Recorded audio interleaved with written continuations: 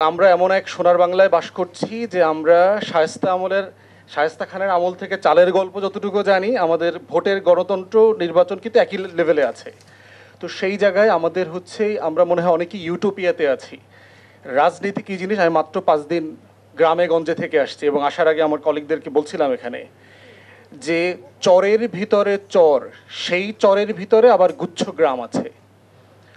কোমর সমান পানিতে নেমে ট্রলারে করে হাঁটু গুজায়া জিন্স ভিজায়া 6 ঘন্টা ভ্যান গাড়ি ঠেলতে ঠেলতে কিছুক্ষণ নামি, আবার কিছুক্ষণ ভ্যান ঠেলি, কিছুক্ষণ গাড়িতে উঠি, আবার ভ্যান ঠেলতে নামি। এই রিয়ালিটিতে মানে পাবলিক এঙ্গেজমেন্ট যে কত জটিল, মানে এই রিয়ালিটিগুলো কিন্তু আমাদের মাথায় রাখতে হবে। আমরা কিন্তু খুবই এসি রুমের কনভারসেশন করছি। It's like all England, you just get on the tube, go to a particular station, 50 people is going to come and welcome you, give a speech. What is your policy on female XYZ? SMC উৎসালায় এলো আরো উন্নত নতুন প্যাকে, জীবন বাঁচায়, জীবনকে এগিয়ে নিয়ে যায়। এই বাংলাদেশে আমরা থাকি না, এটা সোনার বাংলা। এই বাংলাদেশের বাস্তবতাটা আমাদেরকে মাথায় রেখে আমরা যদি কথা বলি, তাহলে হচ্ছে রিফর্ম অ্যাচিভ করা যাবে। তা না হলে যেটা হবে, এটা will continue to live in the utopias. এই জন্য হচ্ছে প্র্যাগম্যাটিজম, প্র্যাকটিক্যালিটি এটা জরুরি, যে আসলে কতটুকু আমাদের অর্জন করা যায়। ছেলেদের জন্য দেখেন, ওয়াশরুম ইউজ করা, এক জায়গায় ডানে বামে দাঁড়ায় গেলেন আপনি।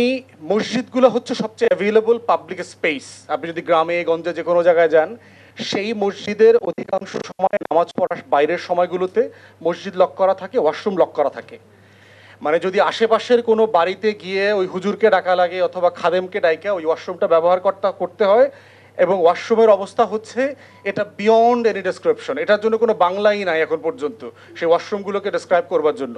এটা যারা গ্রামে গঞ্জে গেছেন, সেই মেঠো পথের ওয়াশরুমে গেছেন। এরপরে হচ্ছে আপনাকে ওইখানে একটা ঘটি আছে, ওই ঘটিটা নিয়ে আগে খাল পাড়ে যেতে হবে, ওই খাল থেকে আগে পানি আনতে হবে। ততক্ষণ পর্যন্ত if you can manage to control yourself, then the no harms. এরপরে হচ্ছে ওয়াশরুমে যাইতে হবে। ওয়াশরুমে 1 লোটা পানি দিয়ে যদি কাজ না সারে, তাহলে কিন্তু বিপদ আছে আপনার। এই হলো পাবলিক ক্যাম্পেইনের রিয়ালিটিগুলো বলছি আপনাদের। হ্যাঁ, তাহলে প্রশ্ন হচ্ছে যে আমরা এগুলো অ্যাড্রেস করবো না? অফকোর্স এগুলো অ্যাড্রেস করতে হবে, কিন্তু অ্যাচিভেবল গোল ঠিক করা দরকার। যেগুলো গোল ঠিক করা হচ্ছে, সেট করা হচ্ছে, এগুলো অ্যাচিভেবল না। প্র্যাগম্যাটিজম যদি রিফর্মসের মধ্যে না থাকে, তাহলে যেটা হবে যে এই ইউটোপিয়া আপনাকে আরও বেশি ফ্রাস্ট্রেটেড করবে, এবং সেই জায়গা থেকে আমরা বের হয়ে আসতে চাই। দেখেন, আমাদের 2008-এর আরপিওর কথা আসছে, আমাদেরকে বলা হয়েছে যে পলিটিক্যাল কমিটিসগুলোতে দলের 33% মহিলা দিতে হবে। আমরা কত পার্সেন্ট অ্যাচিভ করেছি? Not 10% even. আফটার 17 বছর আমরা এখনো 10% অ্যাচিভ করতে পারি নাই। তাহলে ওই যে আপা বারবার বলছিলেন যে আমরা যে রিজার্ভ সিট দিচ্ছি, what is the result of it? এটার এফেক্টিভনেস কি? এটা তো একটা মেজারমেন্ট থাকতে হবে। অথবা এই যেটা ফেইল করলাম, এটা ইলেকশন কমিশন রিভিউ করলো কিনা, যে ওয়াই ইট ইজ ফেইলিং, এটার জন্য একটা পিউনিটিভ স্যাংশন দিতে হবে কিনা পার্টিগুলোকে। আবার ভোট নাই, আপনি স্যাংশন দেবেন কোথায়?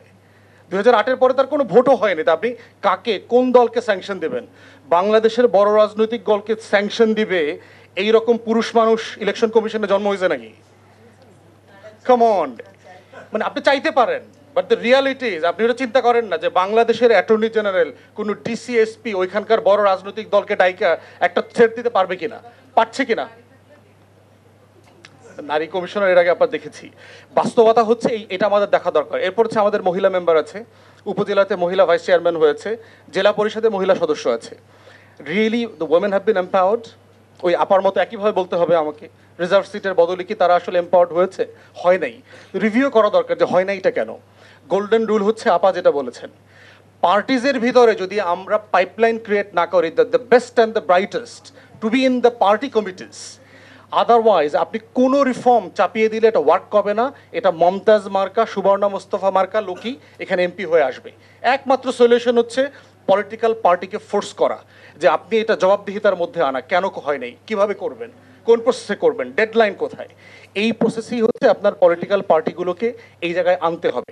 এর বাইরের কোনো প্রসেস যদি আপনি ওই হরিজন্টালি, আপনি ভার্টিক্যালি চাপায়া দেন, আপনি দেখবেন যে সেটা ফাংশনাল হবে না।